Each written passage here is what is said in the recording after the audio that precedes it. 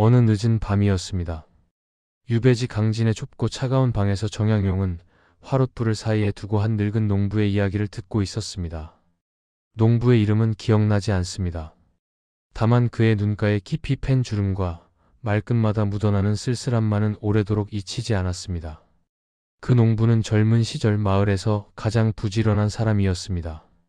해가 뜨기 전에 밭으로 나갔고 이웃집 일손이 모자라면 제1처럼 달려가 도왔습니다. 마을 사람들은 그를 믿음직한 사람이라 여겼고 경조사가 있을 때마다 그의 이름이 가장 먼저 불렸습니다. 그런데 세월이 흐르면서 이상한 일이 벌어졌습니다. 나이가 들수록 그의 곁에서 사람들이 하나둘 멀어지기 시작한 것입니다. 농부는 고개를 깊이 숙이며 말했습니다. 삶이 힘들어질 때마다 사람들에게 하소연을 했는데 어느 순간부터 모두가 자신을 피하더라고요. 처음에는 바쁜가 보다 했습니다. 그런데 길에서 마주쳐도 눈을 피하고 잔치에 불러도 늦게 오거나 아예 오지 않는 사람이 늘었습니다. 결국 혼자가 되었습니다. 정약용은 그 이야기를 듣고 한참 동안 아무 말도 하지 않았습니다. 화롯불이 타닥거리는 소리만 방 안을 채웠습니다. 그리고 농부가 돌아간 뒤 정약용은 조용히 붓을 들어 이렇게 적었습니다.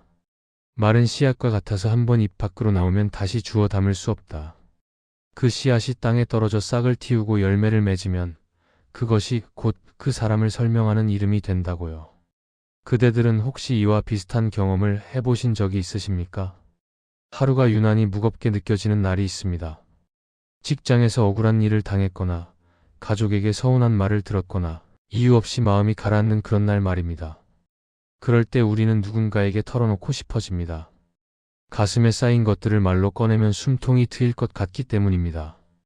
그래서 믿을 만한 사람에게 조심스럽게 입을 엽니다. 요즘 회사 일이 너무 힘들다고, 그 사람 때문에 속이 상한다고요. 상대방은 고개를 끄덕이며 들어줍니다. 그런데 이상한 일이 생깁니다. 분명 위로를 받았고 마음이 조금은 가벼워졌는데 며칠 뒤부터 그 사람의 태도가 미묘하게 달라진 겁니다. 연락이 뜸해지고 만나도 예전 같은 편안함이 느껴지지 않습니다. 눈빛 어딘가에 거리감이 묻어 있습니다. 무엇이 잘못된 걸까요? 우리는 흔히 이렇게 믿습니다. 가까운 사이일수록 속마음을 터놓아야 한다고요. 힘든 이야기를 함께 나눠야 관계가 더 깊어진다고요. 이 생각이 완전히 틀린 것은 아닙니다. 그러나 여기에는 우리가 쉽게 지나치는 함정이 숨어 있습니다. 솔직함과 불평은 겉모습만 비슷할 뿐 그 본질은 전혀 다르다는 것입니다. 솔직함은 내 마음의 문을 여는 행위입니다. 상대방이 나를 이해할 수 있도록 내 안을 보여주는 것이지요. 두려움도 약함도 바람도 함께요. 반면 불평은 그렇지 않습니다. 불평은 상대방에게 편을 들어달라고 요청하는 것입니다. 내 이야기에 동의해달라고, 내가 미워하는 사람을 함께 미워해달라고 은근히 압박하는 것입니다. 심지어 본인조차 그 사실을 모를 때가 많습니다. 겉으로 보면 둘 다 마음을 나누는 것처럼 보입니다. 그러나 듣는 사람의 입장에서는 전혀 다르게 다가옵니다. 솔직함은 상대방의 마음을 열게 합니다. 이 사람이 나를 믿고 약한 모습을 보여주는구나 하고 느끼게 하지요. 불평은 반대입니다. 상대방의 마음을 다치게 합니다. 이 사람이 나에게 무언가를 요구하고 있구나, 편을 안 들면 섭섭해하겠구나 하는 부담을 주기 때문입니다. 한쪽은 신뢰라는 다리를 놓고 다른 한쪽은 부담이라는 벽을 세웁니다. 같은 대화인 것 같아도 그 결과는 정반대인 것입니다. 정약용이 평생 경계한 것은 큰 실수가 아니었습니다. 그가 진정으로 두려워한 것은 가벼운 혀였습니다. 관직에 있던 시절, 그는 조정과 지방을 오가며 수많은 사람들이 높은 자리에 오르고 또 떨어지는 것을 지켜보았습니다. 그런데 오랜 관찰 끝에 그가 발견한 것이 있었습니다. 몰락하는 사람들 대부분은 큰 잘못 하나 때문에 무너진 것이 아니었습니다. 오히려 사소한 말들이 쌓이고 그 말들이 만들어낸 평판 때문에 기회의 문이 하나씩 닫히는 경우가 훨씬 많았습니다.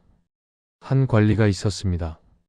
일 처리는 깔끔했고 성품도 크게 나무랄 데가 없었습니다. 그런데 그에게는 고치지 못하는 습관이 하나 있었습니다.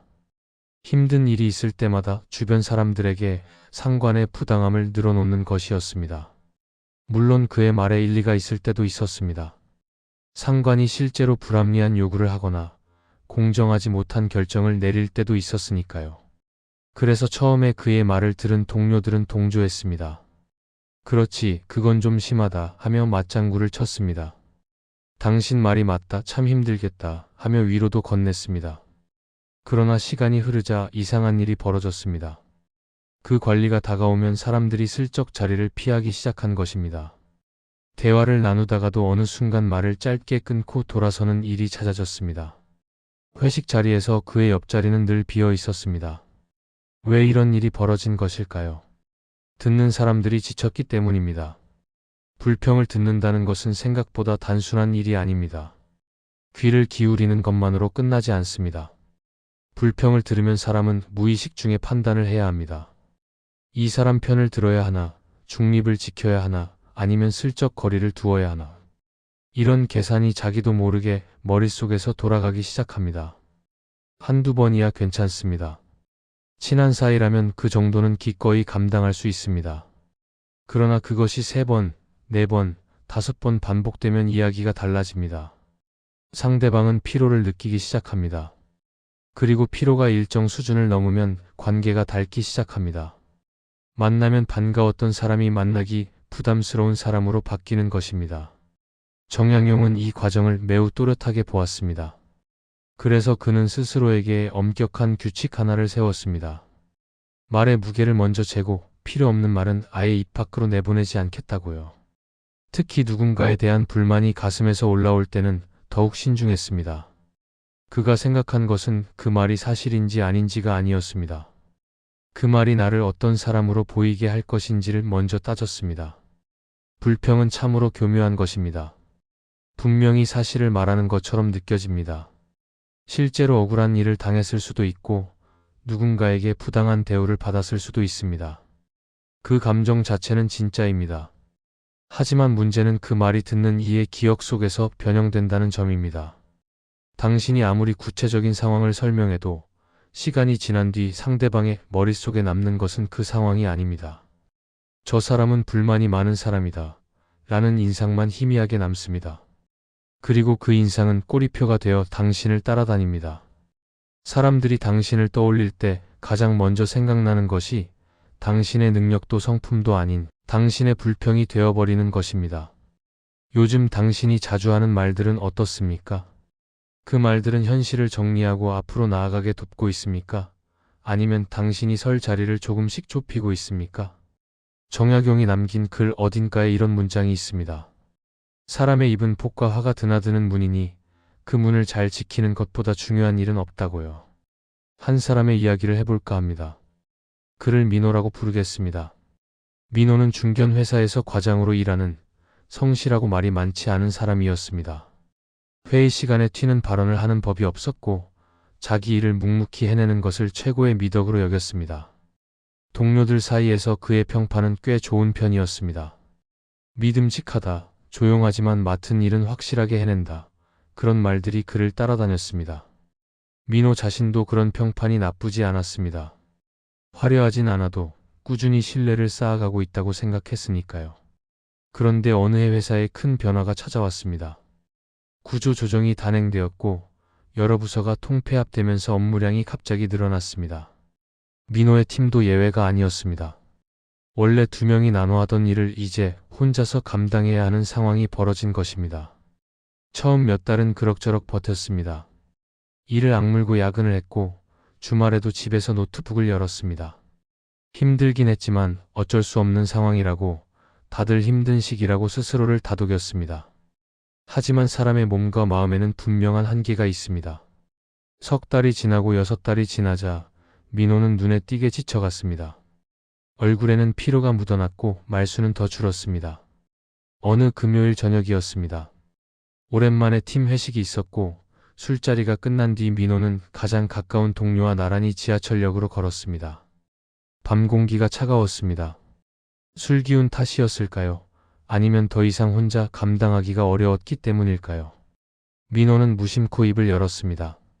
있잖아, 요즘 일이 너무 힘들어. 솔직히 이 정도일 줄 몰랐어. 그 말에는 누군가를 공격하려는 의도가 전혀 없었습니다. 상사를 원망하거나 회사를 비난하는 내용도 아니었습니다. 그저 오늘 하루를 버티기 위한 작은 숨구멍이 필요했을 뿐입니다. 누군가에게 한마디만 털어놓으면 조금은 가벼워질 것 같았습니다. 동료는 고개를 끄덕이며 들어주었습니다. 그래, 요즘 다들 많이 힘들지 하며 공감해 주었습니다. 진심 어린 위로였습니다. 민호는 조금 편안해진 마음으로 집에 돌아갔습니다. 그런데 문제는 바로 거기서 시작되었습니다. 불평이라는 것은 한번 입 밖으로 나오면 그것으로 끝나지 않습니다. 말은 듣는 사람의 반응과 섞이면서 새로운 생명을 얻습니다. 동료는 민호의 말을 들으며 자연스럽게 물었을 겁니다. 그렇게까지 심한 거야? 어떤 부분이 제일 힘들어? 이런 질문들은 분명 배려에서 나온 것이었습니다. 진심으로 걱정이 되었기 때문에 더 자세히 알고 싶었던 것이지요. 그러나 그 질문들에 답하는 과정에서 민호의 말은 점점 더 구체적인 이야기로 확장되기 시작했습니다. 처음에는 그저 막연히 힘들다는 한마디였습니다. 그런데 이제는 어떤 업무가 문제인지, 그 업무가 왜 부당한지, 상사의 어떤 결정이 불합리했는지가 하나둘 덧붙여졌습니다. 민호 본인은 그저 상황을 있는 그대로 설명했을 뿐이라고 생각했습니다. 그러나 그 말들이 모이면 하나의 서사가 만들어집니다. 나는 억울한 상황에 놓여 있고 누군가는 잘못을 저지르고 있다는 구조 말입니다. 동료 입장에서는 이제 자신도 모르게 선택의 기로에 서게 됩니다. 민호의 편에 서야 할지, 중립을 지켜야 할지, 아니면 조용히 한 발 물러나야 할지를요. 대부분의 사람들은 처음에는 편을 드는 쪽을 선택합니다. 가까운 사이니까요. 친구가 힘들다고 하는데 외면할 수는 없으니까요. 하지만 그 선택에는 보이지 않는 대가가 따릅니다. 민호의 적은 어느새 동료의 적처럼 느껴지기 시작합니다. 민호가 불편해하는 사람을 만나면 동료도 덩달아 불편해집니다. 그리고 그것이 슬슬 부담이 됩니다. 며칠 뒤부터 회사 분위기가 미묘하게 달라지기 시작했습니다. 민호 자신은 그것을 전혀 알아채지 못했습니다. 여전히 매일 같은 시간에 출근해서 자기 자리에 앉았고 회의에 빠짐없이 참석했으며 점심을 먹고 저녁에 퇴근했습니다. 겉으로 보이는 일상은 달라진 것이 아무것도 없었습니다. 하지만 민호가 모르는 사이에 회사 안에서 그에 대한 이야기가 물처럼 조용히 흘러 퍼지고 있었습니다. 처음에 그 이야기는 아주 사소하고 가벼운 것이었습니다. 민호 과장 요즘 좀 힘들어 보이더라. 이 정도의 말이었지요. 민호와 가까운 그 동료가 다른 사람과 점심을 먹다가 자연스럽게 꺼낸 말이었습니다. 거기에는 어떤 악의도 없었습니다. 그냥 가까운 사람이 걱정되어서 그 마음을 누군가와 나누고 싶었던 것뿐입니다. 그런데 말이라는 것은 참 이상해서 사람의 입을 거칠 때마다 조금씩 모양이 변합니다. 원래의 뜻은 희미해지고 듣는 사람의 해석이 더 씹혀지면서 전혀 다른 이야기가 됩니다. 힘들어 보인다는 말을 들은 첫 번째 사람은 그것을 자기식으로 해석해서 또 다른 사람에게 전했습니다. 어떤 사람은 회사에 불만이 좀 있는 것 같더라로 바꿨고, 다른 사람은 그걸 요즘 분위기가 별로라더라로 더 짧게 정리해버렸습니다. 원래의 맥락은 어느새 사라지고 단순화된 인상만 남은 것입니다. 그렇게 열흘 정도가 지났을 때 민호를 바라보는 주변의 시선이 미묘하게 그러나 분명하게 달라져 있었습니다.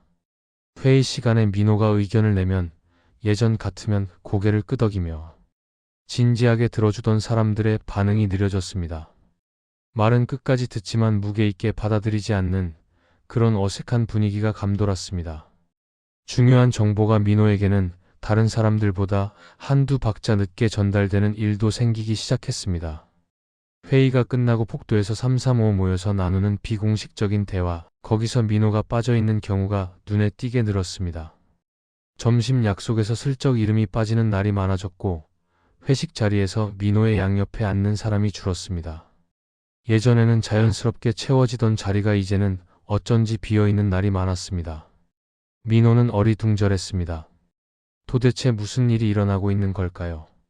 자기가 한 것이라고는 금요일 밤에 친한 동료에게 잠깐 털어놓은 하소연이 전부였습니다. 그것도 조용히 단둘이 걷는 길에서 아주 짧게 한 이야기였습니다. 누군가를 공격한 것도 아니고 험담을 한 것도 아닙니다. 그냥 요즘 힘들다고 이 정도일 줄 몰랐다고 말했을 뿐입니다. 그 한마디가 어떻게 이렇게까지 퍼지고 번지고 변형되어 돌아온 것일까요? 여기서 우리는 불평의 작동 방식을 조금 더 깊이 들여다볼 필요가 있습니다. 불평은 그 내용보다 분류가 더 중요하게 작동합니다.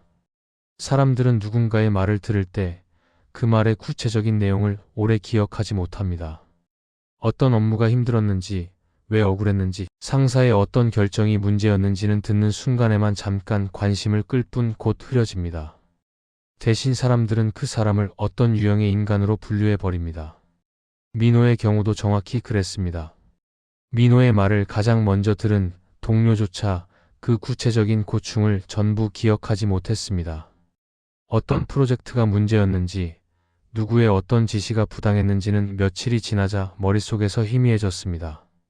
대신 저 사람은 요즘 불만이 좀 있는 것 같아 라는 단 하나의 인상만 선명하게 남았습니다. 그리고 그 인상이 또 다른 사람에게 전달될 때는 더욱 짧아지고 단순해집니다. 민호 과장이요? 그 사람 요즘 회사에 불만 많더라고요. 딱 이 한 문장으로 압축되는 것입니다. 여기에는 억울함의 맥락도 민호의 진심도 그가 느낀 고통도 담겨 있지 않습니다. 그냥 불만 많은 사람이라는 꼬리표 하나만 남습니다. 그리고 이 꼬리표가 한번 붙으면 떼어내기가 대단히 어렵습니다. 사람들은 민호를 만날 때마다 무의식적으로 그 꼬리표를 먼저 떠올리게 됩니다. 여기서 한 발 더 깊이 들어가 봅시다. 불평이 관계를 망가뜨리는 진짜 이유는 무엇일까요? 단순히 듣기 싫은 말이라서 사람들이 피하는 것일까요? 그렇지 않습니다. 불평이 위험한 이유는 훨씬 더 근본적인 곳에 있습니다. 그것은 불평이 겉으로는 공감을 구하는 것처럼 보이면서 속으로는 동맹을 요구하기 때문입니다. 이 점을 이해하면 왜 사람들이 불평 많은 사람을 피하게 되는지가 선명해집니다. 우리가 누군가에게 힘든 이야기를 꺼낼 때 의식적으로는 그저 들어주기만 하면 된다고 생각합니다. 내 마음을 알아주면 좋겠다고, 잠깐이라도 위로를 받으면 숨통이 좀 트이겠다고 말입니다. 나는 상대방에게 아무것도 요구하지 않는다고, 그냥 귀 기울여 들어주기만 하면 충분하다고 스스로에게 말합니다. 그렇게 믿고 싶습니다. 그러나 불평에는 우리가 의식하지 못하는 숨겨진 구조가 있습니다.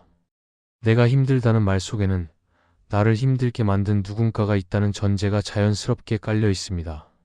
내가 억울하다는 말 속에는 나를 억울하게 만든 상대방이 있다는 구조가 함께 들어 있습니다. 그리고 그 이야기를 듣는 사람은 자기도 모르는 사이에 선택의 압박 앞에 놓이게 됩니다. 맞장구를 쳐야 하나, 중립을 지켜야 하나, 아니면 슬쩍 거리를 두어야 하나. 이 세 가지 선택지 중에서 하나를 골라야 하는 것입니다. 처음에는 대부분 맞장구를 치는 쪽을 선택합니다. 가까운 사이라면 더더욱 그렇지요. 정말? 그건 좀 심하네. 많이 힘들었겠다. 이런 말들은 분명히 위로의 언어입니다. 상대방의 고통에 공감하고 마음을 함께 나누려는 따뜻한 마음에서 나온 반응이지요. 여기까지는 아무 문제가 없습니다. 하지만 이 위로가 2번, 3번, 4번 계속 반복되면 이상한 일이 벌어지기 시작합니다. 듣는 사람의 내면 어딘가에서 이름 붙이기 어려운 피로가 조금씩 쌓이기 시작하는 것입니다. 왜 그럴까요? 왜냐하면 맞장구를 친다는 것은 단순히 내 마음을 이해해라는 공감 표현에서 그치지 않기 때문입니다. 그것은 동시에 암묵적으로 편을 드는 행위이기도 합니다. 내 말이 맞아 라고 말하는 순간 거기에는 그러니까 상대편은 틀린 거야 라는 의미가 은연중에 묻어서 함께 전달됩니다. 한두 번이야 전혀 문제가 되지 않습니다. 친한 사이라면 그 정도의 편들기는 아주 자연스러운 일입니다. 오히려 그래야 친구지요. 그러나 3번, 4번, 5번 똑같은 패턴이 반복되면 이야기가 달라집니다. 듣는 사람은 자기도 모르게 미묘한 부담감을 느끼기 시작합니다. 이 사람의 편을 앞으로도 계속 들어줘야 하는 건가? 나도 모르는 사이에 누군가의 적이 되어가고 있는 것은 아닌가? 다음번에 그 사람을 만나면 어색하지 않을까? 이런 불편한 느낌들이 마음 한구석에서 조금씩 싹을 틔우기 시작합니다. 정약용이 젊은 시절 학문을 닦으면서 그는 감정을 다스리는 가장 지혜로운 방법에 대해 깊이 생각했다고 전해집니다. 특히 마음이 힘들거나 억울하거나 분할 때 그것을 어떻게 풀어야 현명한지를 오랫동안 고민했습니다. 여러 방법을 시도해보고 그가 도달한 결론은 의외로 단순한 것이었습니다. 말로 풀지 않는 것이었습니다. 대신 그는 글을 썼습니다. 마음이 어지럽고 감정이 거칠게 요동칠 때면 조용히 방에 앉아 붓을 들어 생각을 글로 옮겼습니다. 그 과정에서 날카롭게 서 있던 감정의 끝이 무뎌지고 뜨거웠던 마음이 서서히 식어가는 것을 느꼈습니다. 글은 읽는 사람에게 편 가르기를 요구하지 않습니다. 글은 그냥 종이 위에 조용히 머물러 있을 뿐입니다. 동의하든 말든 찬성하든 반대하든 글은 아무것도 요구하지 않습니다. 그러나 말은 그렇지 않습니다. 말은 듣는 사람을 자기 쪽으로 끌어들입니다. 불평에는 우리가 쉽게 눈치채지 못하는 세 가지 대가가 숨어 있습니다. 이것들을 모르면 우리는 무심코 같은 실수를 반복하게 되고 왜 관계가 점점 힘들어지는지 그 이유조차 깨닫지 못한 채 세월을 흘려보내게 됩니다. 오늘 이 세 가지 대가를 하나씩 차분히 살펴보겠습니다. 첫 번째 대가는 불필요한 적을 만든다는 것입니다. 불평은 그 본질상 누군가를 겨냥할 수밖에 없습니다. 내가 힘들다는 말 속에는 나를 힘들게 하는 누군가가 있다는 구조가 반드시 깔려 있습니다. 그것이 상사일 수도 있고 동료일 수도 있고 가족이나 오래된 친구일 수도 있습니다. 당신이 그 사람 앞에서 직접 불평을 하지 않았더라도 이야기는 어딘가로 흘러가게 마련입니다. 조직이 작을수록 더 빨리, 더 넓게 퍼져나갑니다. 그리고 언젠가 그 이야기는 반드시 당사자의 귀에 들어가게 됩니다. 세상은 그렇게 되어 있습니다. 직접 들었든 누군가를 통해 전해 들었든 자기에 대해 좋지 않은 말이 돌아다닌다는 사실을 알게 되면 사람은 상처를 받습니다. 그리고 그 상처는 시간이 지나면서 적대감으로 굳어집니다. 당신이 그 사람에게 직접 나쁜 말을 한 적이 단 한 번도 없더라도 어느 순간 그 사람은 당신을 불편하게 여기게 됩니다. 적이라고까지 부르지 않더라도 적어도 당신 편은 아닌 사람이 되어버리는 것입니다. 두 번째 대가는 뇌가 불만을 찾는 방향으로 점점 굳어진다는 것입니다. 이것은 매우 중요한 이야기이니 주의 깊게 들어주시기 바랍니다. 우리의 뇌는 자주 하는 생각을 더 쉽게 하도록 스스로를 끊임없이 훈련시킵니다. 익숙한 길이 더 빨리 닳는 것처럼요. 불평을 자주 하면 뇌는 불평거리를 더 잘 찾아내는 방향으로 발달하게 됩니다. 눈이 불만스러운 것을 향해 먼저 가고 귀가 불쾌한 소리를 먼저 듣습니다. 평온하고 감사할 일이 바로 눈앞에 있어도 그것보다 불편하고 부족한 구석이 더 먼저 눈에 들어옵니다. 좋은 일이 생겨도 아쉬운 점이 먼저 떠오릅니다. 이것이 습관으로 굳어지면 세상 전체가 불만스러운 곳으로 보이기 시작합니다. 객관적인 상황은 전혀 바뀌지 않았는데 그것을 바라보는 당신의 눈이 바뀌어버린 것입니다. 그리고 한번 이렇게 굳어진 시선은 다시 되돌리기가 대단히 어렵습니다. 수년에 걸쳐 쌓인 습관을 바꾸려면 그만큼의 시간과 의식적인 노력이 필요합니다. 세 번째 대가는 말이 사람의 입을 거치면서 변형된다는 것입니다. 당신이 아무리 조심스럽게, 아무리 정확하게, 아무리 맥락을 갖추어서 이야기했다 하더라도 그 말이 다른 사람의 입을 거치면서 형태가 달라집니다. 긴 설명은 짧아지고 복잡한 맥락은 증발해버리고 뾰족하고 자극적인 부분만 살아남습니다. 당신이 원래 의도했던 뉘앙스와는 전혀 다른 이야기가 어느새 당신을 대표하는 문장이 되어버립니다. 그리고 사람들은 그 변형되고 왜곡된 문장을 통해 당신이라는 사람 전체를 판단합니다. 당신은 변명할 기회조차 얻지 못합니다. 왜냐하면 대부분의 경우 그런 이야기가 돌고 있다는 사실 자체를 당신은 모르기 때문입니다. 이 세 가지 대가를 찬찬히 생각해보면 불평이 주는 잠깐의 시원함이 얼마나 비싼 대가를 치르는 것인지 알 수 있습니다. 정약용은 이 메커니즘을 누구보다 깊이 이해했던 사람입니다. 그래서 그는 말의 무게를 재는 일에 평생의 주의를 기울였습니다. 말이 입 밖으로 나가기 전에 먼저 자신에게 물었습니다. 이 말이 나에게 어떤 결과를 가져올 것인가? 이 말이 듣는 사람의 마음에 무엇을 남길 것인가? 이 말이 사람들 사이로 퍼져나갔을 때 나를 어떤 사람으로 보이게 만들 것인가? 이 세 가지 질문을 통과하지 못하는 말은 결코 입 밖으로 내보내지 않았습니다. 그것이 그가 평생토록 지킨 원칙이었습니다. 그렇다면 우리는 어떻게 해야 할까요? 마음이 힘들 때, 억울한 일을 당했을 때 누군가에게 말하지 않고 어떻게 버틸 수 있을까요? 정약용이 실천했던 세 가지 방법을 오늘 당신에게 전해드리고자 합니다. 당장 오늘부터 시작할 수 있는 작은 처방들입니다. 첫 번째는 말하기 전에 먼저 글로 쓰는 것입니다. 불평하고 싶은 마음이 올라올 때 그것을 바로 누군가에게 말하지 마십시오. 대신 종이를 꺼내거나 휴대전화의 메모장을 열어서 지금 느끼는 감정을 글로 적어 보십시오. 무엇이 힘든지, 왜 억울한지, 누구 때문에 화가 나는지를 있는 그대로 써내려 가십시오. 아무도 읽지 않을 글이니 솔직하게 적어도 됩니다. 신기한 일이 벌어집니다. 글로 쓰는 동안 감정의 뜨거움이 식기 시작합니다. 머릿속에서 뒤엉켜 있던 생각들이 글자가 되면서 정리가 됩니다. 그리고 다 쓰고 나서 읽어보면 처음에 느꼈던 것보다 상황이 덜 심각하게 느껴지는 경우가 많습니다. 정약용이 유배 시절에 수천 통의 편지와 수백 권의 책을 쓴 것은 우연이 아닙니다. 그는 글쓰기가 마음을 다스리는 가장 좋은 방법이라는 것을 알았습니다. 말은 듣는 사람이 필요하지만 글은 나 혼자 완결할 수 있습니다. 그래서 글은 관계에 빚을 남기지 않습니다. 두 번째는 불평 대신 요청으로 바꾸는 것입니다. 정말 누군가에게 말해야 할 상황이라면 불평의 형태가 아니라 요청의 형태로 바꾸어 말하십시오. 예를 들어 요즘 업무가 너무 많아서 힘들어 라고 말하는 대신 이번 주에 이 업무의 마감을 며칠 늦춰도 될까요? 라고 말하는 것입니다. 저 사람 때문에 정말 힘들어 라고 말하는 대신 다음번 회의에서는 제 의견도 먼저 들어주셨으면 좋겠어요 라고 말하는 것입니다. 불평은 문제를 공유할 뿐이지만 요청은 해결의 방향을 제시합니다. 불평은 듣는 사람을 피곤하게 만들지만 요청은 듣는 사람에게 행동의 여지를 줍니다. 같은 내용이라도 형태를 바꾸면 상대방의 반응이 완전히 달라집니다. 세 번째는 사람을 말하지 말고 상황만 말하는 것입니다. 꼭 힘든 이야기를 해야 한다면 누가 잘못했는지를 말하지 말고 어떤 상황이 힘들었는지만 말하십시오.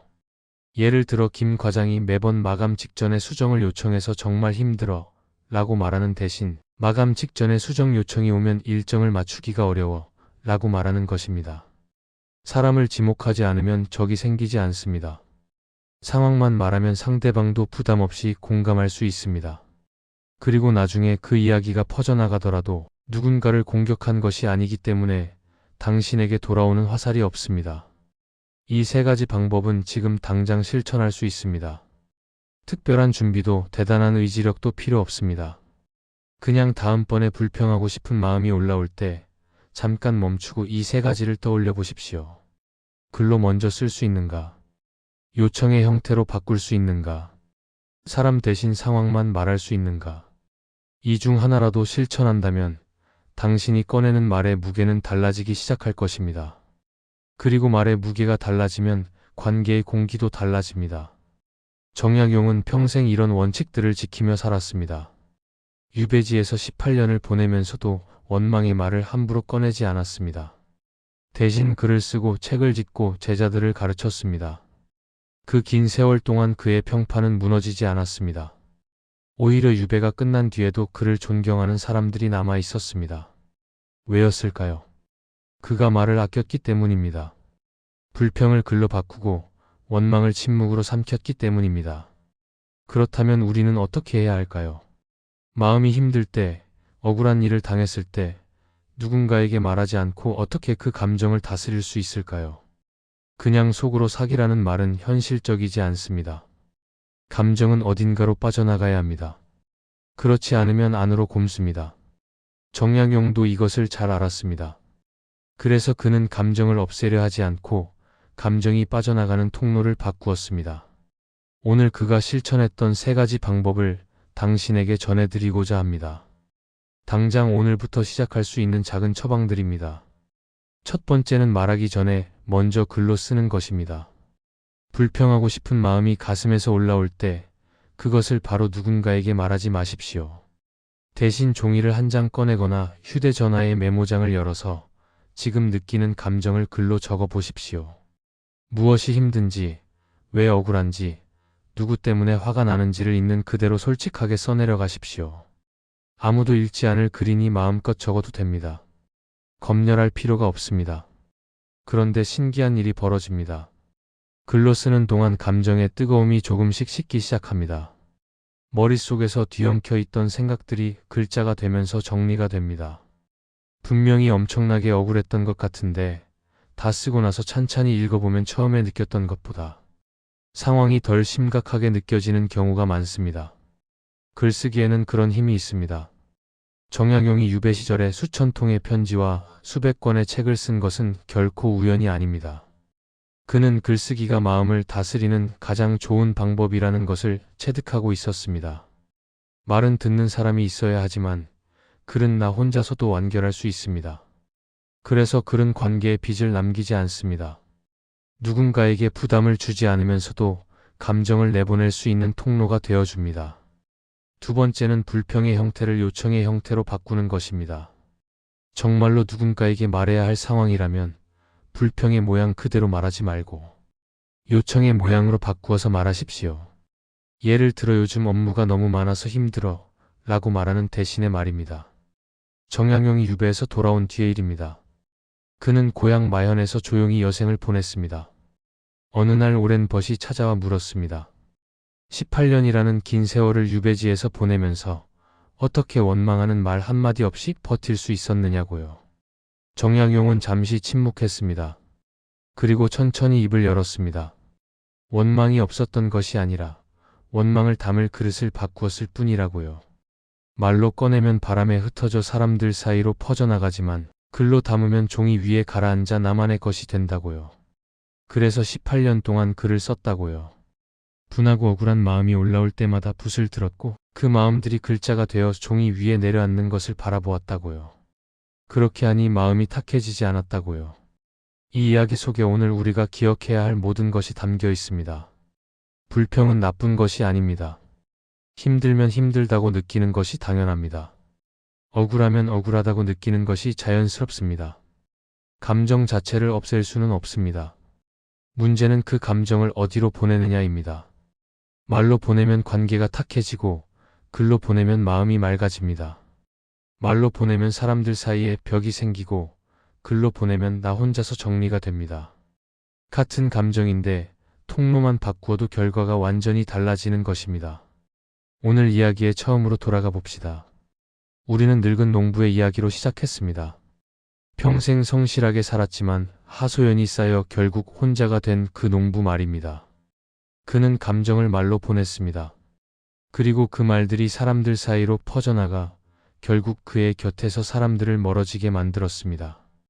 반면 정약용은 감정을 글로 보냈습니다. 18년이라는 긴 유배 생활 동안 그 수많은 억울함과 분함과 외로움을 글로 담았습니다. 그래서 유배가 끝났을 때 그의 곁에는 여전히 그를 존경하고 따르는 사람들이 남아 있었습니다. 두 사람의 차이는 능력이나 운이 아니었습니다. 감정을 보내는 통로의 차이였습니다. 그리고 그 작은 차이가 10년, 20년이 쌓이면서 삶 전체를 다르게 만들었습니다. 한 사람은 외로움 속에 생을 마감했고 다른 한 사람은 수백 권의 책과 수천 명의 제자를 남겼습니다. 이제 당신에게 묻겠습니다. 오늘 당신이 꺼내려는 그 한마디는 정말 꺼내야 하는 말입니까? 그 말을 꺼내면 당신의 마음은 잠깐 시원해질지 모릅니다. 하지만 그 말을 들은 사람의 마음에는 무엇이 남을까요? 그리고 그 말이 사람들 사이로 퍼져나갔을 때 당신은 어떤 사람으로 기억될까요? 이 질문들에 대한 답을 먼저 생각해 보시기 바랍니다. 탁한 물은 휘젓지 않을수록 맑아집니다. 우리의 마음도 그렇습니다. 말을 쏟아낼수록 마음은 더 어지러워지고 말을 가라앉힐수록 마음은 고요해집니다. 정약용이 평생에 걸쳐 깨달은 것도 결국 이것이었습니다. 말을 다스리는 것이 마음을 다스리는 것이고 마음을 다스리는 것이 관계를 다스리는 것이며 관계를 다스리는 것이 결국 삶 전체를 다스리는 것이라고요. 오늘 이 이야기를 듣고 난 뒤 당신이 다음번에 불평하고 싶은 마음이 올라올 때 잠깐이라도 멈추어 생각해 주셨으면 합니다. 이 말을 꺼내야 하는가? 아니면 글로 먼저 써볼 수 있는가? 요청의 형태로 바꿀 수 있는가? 사람 대신 상황만 말할 수 있는가? 이 중 하나라도 실천한다면 당신의 말은 달라지기 시작할 것입니다. 그리고 말이 달라지면 관계가 달라지고 관계가 달라지면 삶이 달라집니다. 마지막으로 기억하십시오. 마음은 말을 쏟아낼 때가 아니라 말이 가라앉을 때 비로소 맑아집니다.